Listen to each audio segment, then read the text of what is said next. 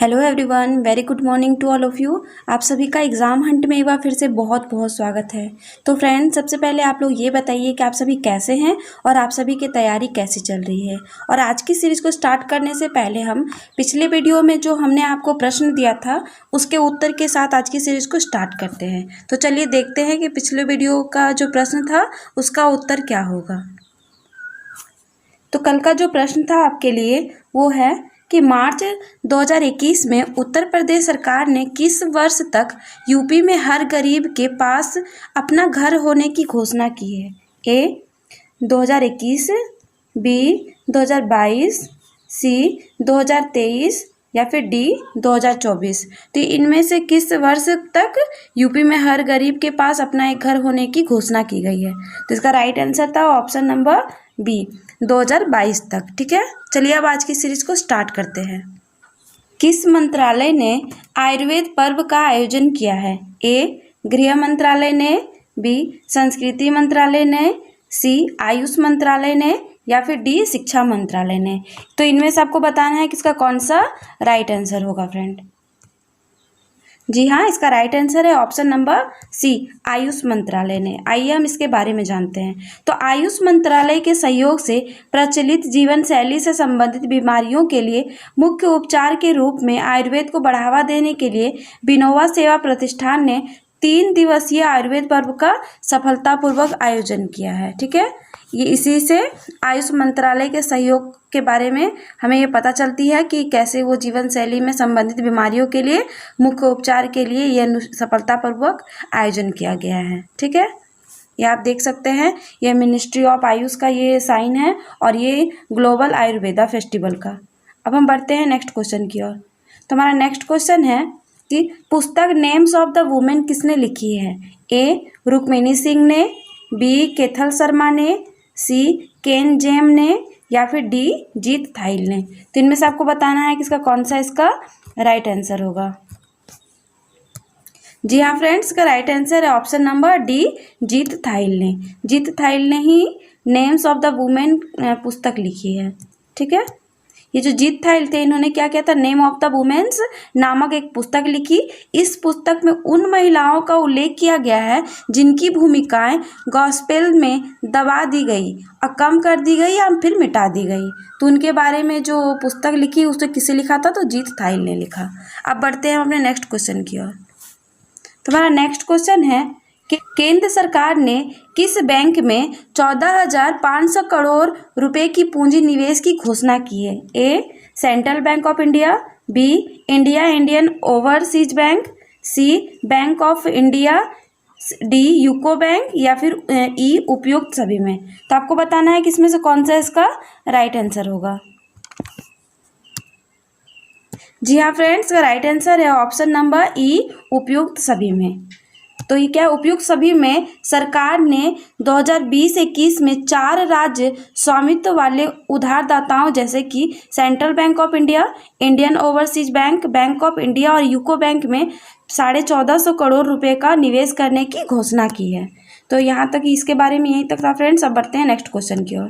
तो हमारा next question है कि हाल ही में स्वदेशी रूप से विकसित प्रशिक्षक विमान हंस न्यू जनरेशन का निर्माण किसके द्वारा किया गया। ए DRDO के द्वारा, बी इसरो के द्वारा, सी CSIR के द्वारा, डी NAL के द्वारा। तो इनमें से आपको बताना है कि इसका कौन सा राइट आंसर होगा। जी हाँ फ्रेंड्स, इसका राइट आंसर है ऑप्शन नंबर डी NAL द्वारा।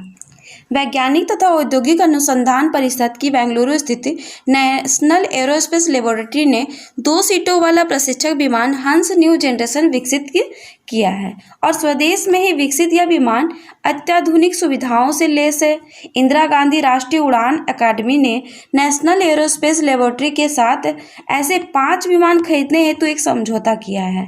ठीक है, और इस लेबोरेटरी को देश के विभिन्न उड़ान प्रशिक्षण संस्थानों में ऐसे 30 प्रशिक्षण विमानों के ऑर्डर मिले हैं। उन्नत स्वदेशी ट्रेनर विमान की बढ़ती आवश्यकताओं के मद्देनजर सरकार ने वर्ष 2018 के अंत में हंस न्यू जनरेशन परियोजना को भी मंजूरी दी थी। ठीक है, अब हम बढ़ते हैं नेक्स्ट क्वेश्चन की ओर। उससे पहले हम देख लेंगे कि ये जो वैज्ञानिक तथा औद्योगिक अनुसंधान परिषद भारत है उसका ये लोगो है फ्रेंड्स।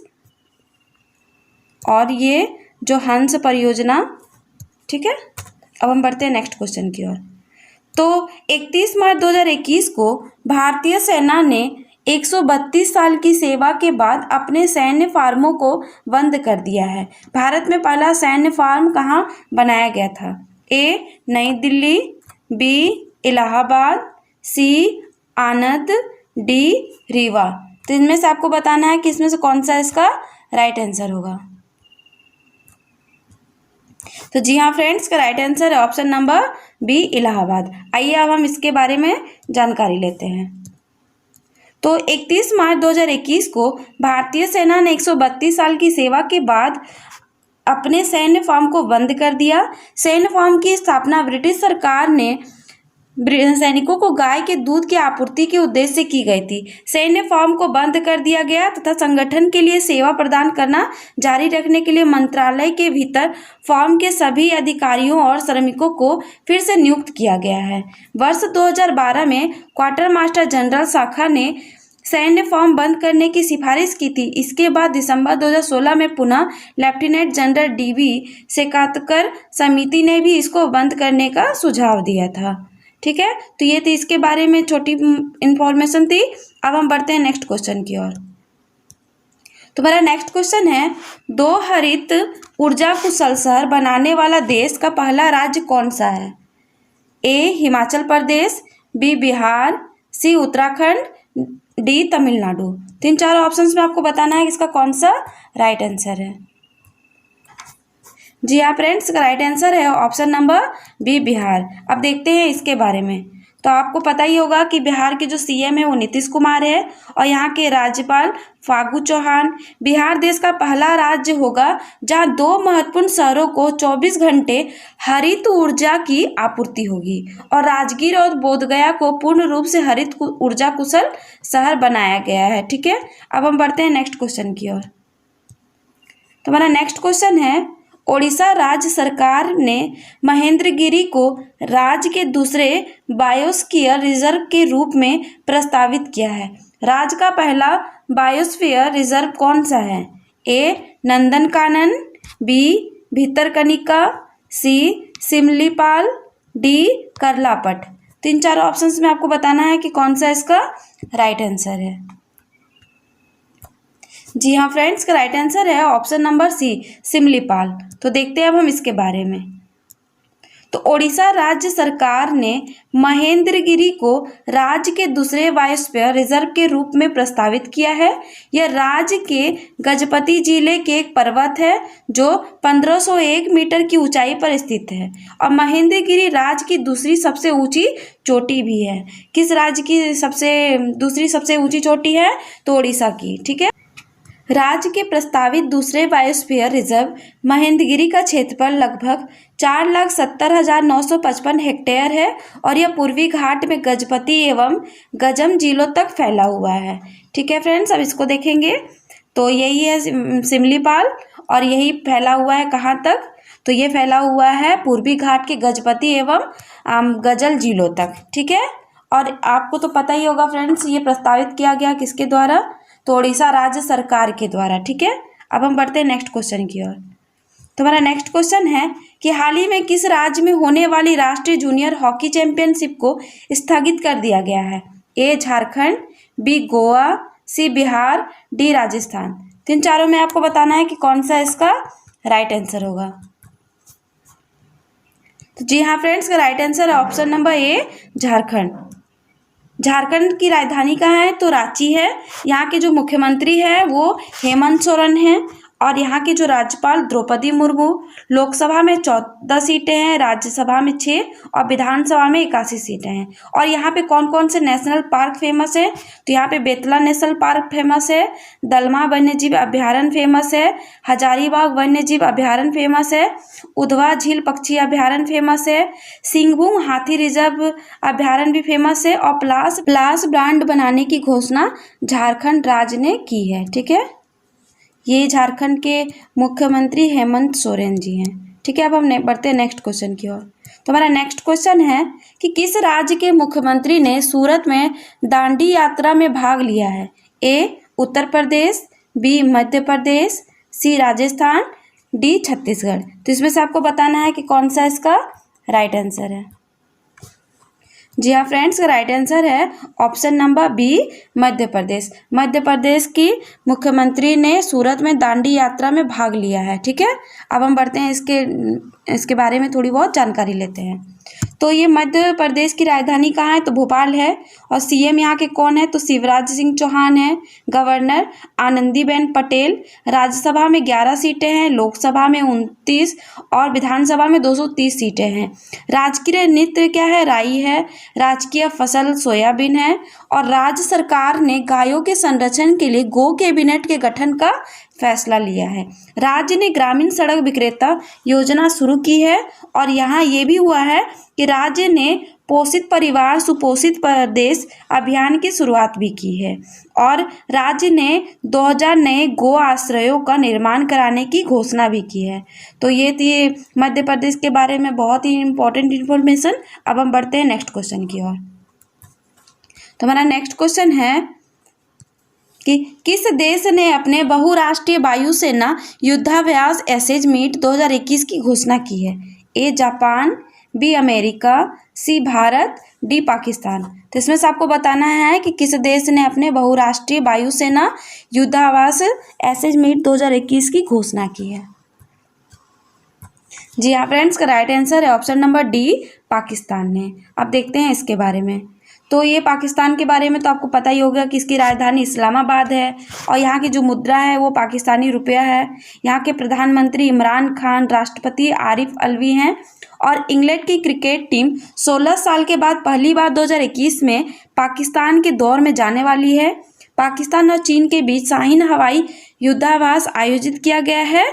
और भारत ने पाकिस्तान के साथ परमाणु प्रतिष्ठानों की सूची का आदान प्रदान भी किया है। देश ने फतह रॉकेट सिस्टम का सफल परीक्षण किया है। और देश ने साइनोफार्म कोविड-19 के टीके को भी मंजूरी दी है। ठीक है, अब देखते हैं नेक्स्ट क्वेश्चन की ओर। तो नेक्स्ट क्वेश्चन है कि हाल ही में भारत के मुख्य न्यायाधीश ने गोवा में लागू समान नागरिक संहिता यूसीसी की सराहना की है। इसका उल्लेख संविधान के किस अनुच्छेद में है? ए अनुच्छेद 32, बी अनुच्छेद 17, सी अनुच्छेद 21 या फिर डी अनुच्छेद 44। तो इसमें से आपको बताना है कि इसका कौन सा राइट आंसर है। जी हाँ फ्रेंड्स, का राइट आंसर है ऑप्शन नंबर डी अनुच्छेद 44। तो हाल ही में क्या हो गया था? हाल ही में जो मुख्य न्यायाधीश थे S.A. बोबड़े ने गोवा के समान नागरिक संहिता की सराहना की और इस विषय पर शैक्षणिक चर्चाओं में भाग लेने वाले बुद्धिजीवियों को इसके बारे में अधिक जानकारी हेतु राज्य की यात्रा करने को प्रोत्साहित किया था। और गोवा ने सभी धर्मों के लोगों के लिए विवाह एवं उत्तराधिकारी संबंधित मामलों के समान नागरिक संहिता लागू किया, यानी यूनिफॉर्म सिविल कोड यूसीसी लागू किया। हालांकि राज्य के नीति निर्देशक सिद्धांतों से संबंधित संविधान के भाग 4 के अनुच्छेद 44 में संविधान निर्माताओं द्वारा ये उम्मीद और अपेक्षा की गई है कि राज्य भारत के संपूर्ण भूभाग में नागरिकों के लिए एक समान नागरिक संहिता सुनिश्चित करने का प्रयास करेंगे, किंतु इस दिशा में अब तक कोई कार्रवाई नहीं की गई है। और गोवा भारत का एकमात्र राज्य है जहां पर समान नागरिक संहिता लागू है। अब हम देखते हैं इसके बारे में और कि ये जो है हमारे भारत के मुख्य न्यायाधीश हैं S.A. बोबड़े, जो गोवा की समान नागरिक संहिता की सराहना की थी और इस विषय में शैक्षिक चर्चाओं में भाग लेने वाले बुद्धिजीवियों को इसके बारे में अधिक जानकारी हेतु राज्य की यात्रा करने के लिए प्रोत्साहित किया था। ठीक है, अब हम बढ़ते हैं आज के अंतिम प्रश्न और इस प्रश्न का उत्तर आपको क्या करना है? कमेंट बॉक्स में देना है। तो आज का जो हमारा अंतिम प्रश्न है वो है कि प्रतिवर्ष विश्व ऑटिज्म जागरूक दिवस कब मनाया जाता है? 31 मार्च, 1 अप्रैल, 2 अप्रैल, 3 अप्रैल। तो इसका उत्तर आप लोगों को क्या करना है फ्रेंड्स? कमेंट बॉक्स में देना है। और अगर आप नए लर्नर्स हैं तो हमारे चैनल को सब्सक्राइब करें, बेल आइकन को प्रेस करें। इससे क्या होगा फ्रेंड्स, आपको आगे आने वाली हर वीडियो की नोटिफिकेशन टाइम पर मिल जाएगी, जिससे आप हमारे साथ टाइम पर जुड़ सकेंगे। और अगर आपने अभी तक हमारे सोशल मीडिया हैंडल्स को फॉलो नहीं किया है तो इसे आप फॉलो करना बिल्कुल ना भूलें। हमारा टेलीग्राम चैनल है, हमारा फेसबुक पेज है और हमारा इंस्टाग्राम भी पेज है।